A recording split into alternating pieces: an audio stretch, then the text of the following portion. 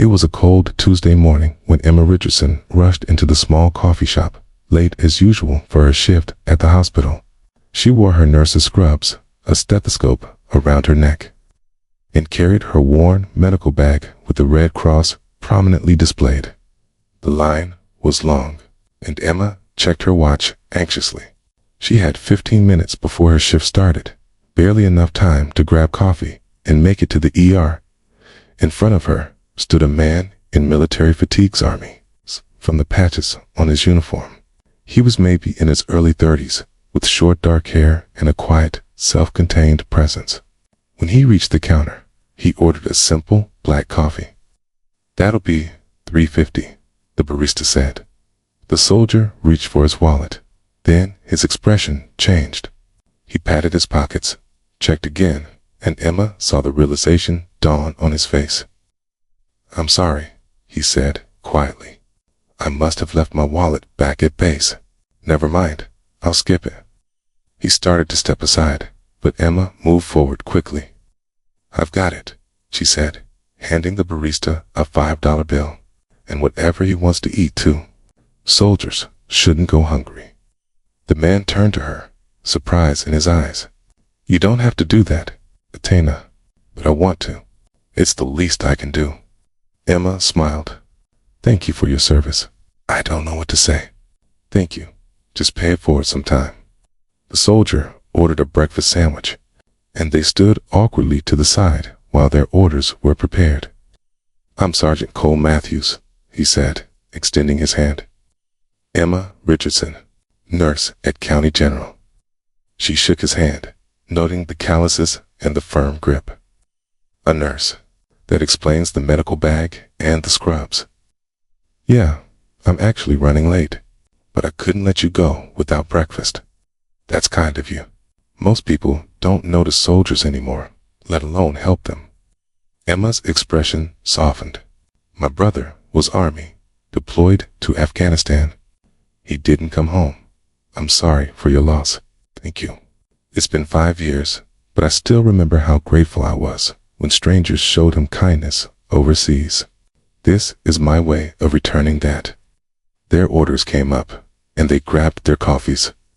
Emma glanced at her watch, 7 minutes to make it to the hospital. "I really have to run," she said. "But it was nice meeting you, Sergeant Matthews. Call me Cole, and thank you again for everything."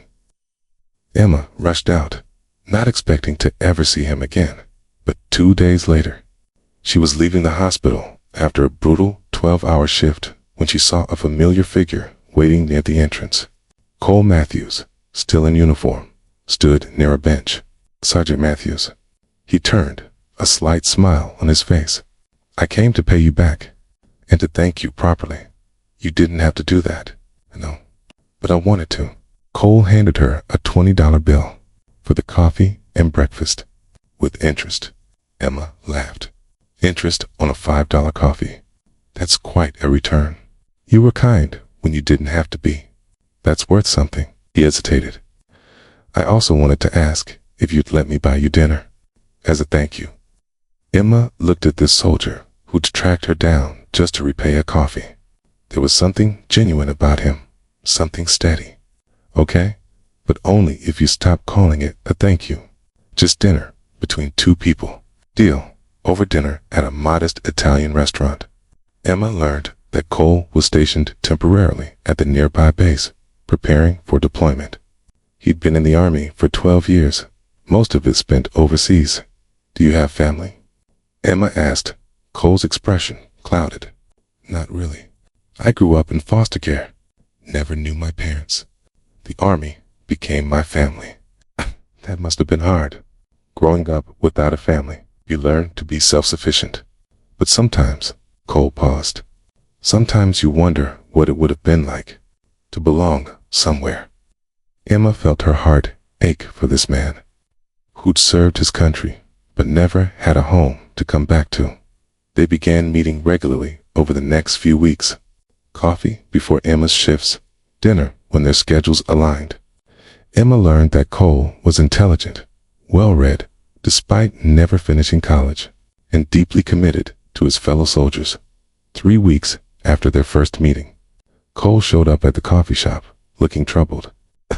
"What's wrong?" Emma asked immediately. "I need to tell you something. Something strange happened today." Cole pulled out a folder. A lawyer showed up at the base. He was looking for me. Apparently, I'm the heir to a substantial fortune. Emma blinked. "What? My biological father? I never knew him. Never even knew his name." Turns out, he was Richard Blackwood, the real estate developer. The billionaire who died last month. The same. Apparently, he had a brief relationship with my mother before I was born. She never told him about me, and by the time he found out, I was already in the foster system. He'd been looking for me for years.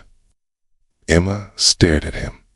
"Cole, that means you're worth about $300 million, according to the lawyer. Maybe more once everything's settled." "Okay." They sat in stunned silence. "How do you feel about this?" Emma finally asked. "Honestly, I don't know. All my life, I've been nobody. Just another kid nobody wanted. And now, suddenly, I'm supposed to be someone important. You were always important. Money doesn't change that." Cole looked at her, his expression intense. "That's why I'm telling you. Because you bought me coffee when I was just a soldier who forgot his wallet.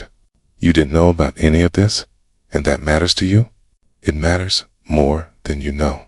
In the last 24 hours, I've had dozens of calls from people claiming to be long-lost relatives, old friends, people who suddenly care about me now that I'm worth something.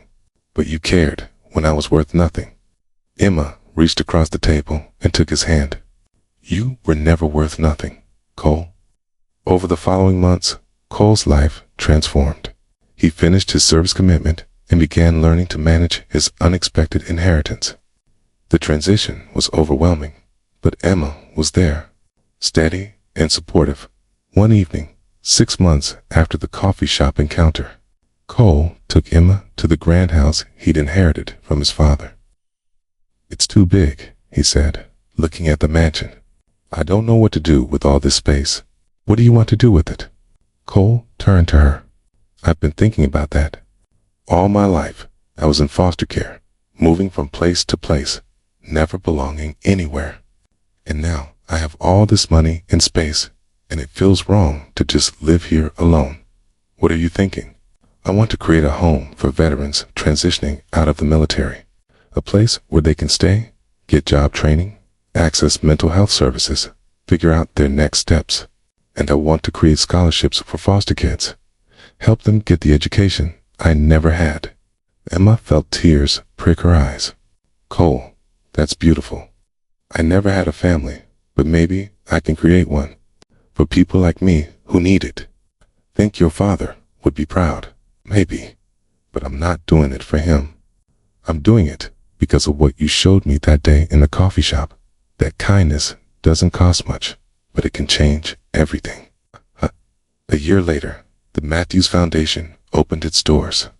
The mansion had been converted into a transitional home for veterans, and the foundation provided scholarships to dozens of foster children at the opening ceremony. Cole stood at the podium with Emma beside him. "A year ago, I was a soldier who forgot his wallet at a coffee shop. A nurse I didn't know paid for my breakfast and showed me a kindness I didn't deserve. That moment changed my life, not because of what came after, but because it reminded me that people can be good without expecting anything in return." He turned to Emma. "This foundation exists because Emma Richardson saw a person, not a paycheck. She cared about a stranger because it was the right thing to do. That's the spirit we want to carry forward, here helping people, not for what they can give us, but for who they are." After the ceremony, as they walked through the building, watching veterans settle into their new temporary home, Cole stopped Emma. "I have something to ask you, okay? When you paid for my coffee that day, you couldn't have known what would happen. You just saw someone who needed help, and you helped. No agenda, no expectation. That's what decent people do. That's what you do, and it's one of the million reasons I love you." Cole pulled out a small box. "Emma Richardson, you saw me when I was invisible, valued me when I had nothing, and loved me for who I was, not what I had. Will you marry me? Emma laughed through her tears. Yes, but only if you promise to never stop being the man who was. Grateful for a $5 coffee. That's a promise I can keep. Sometimes, a small act of kindness creates ripples that turn into waves. Sometimes paying for a stranger's coffee leads to finding your person. And sometimes the soldier you help in line is carrying not just the weight of service, but the potential to change hundreds of lives, starting with your own. If this story touched your heart, please like and share it. Subscribe for more stories about unexpected kindness and love. Leave a comment about a small act of kindness that had a big impact. Your stories inspire us all.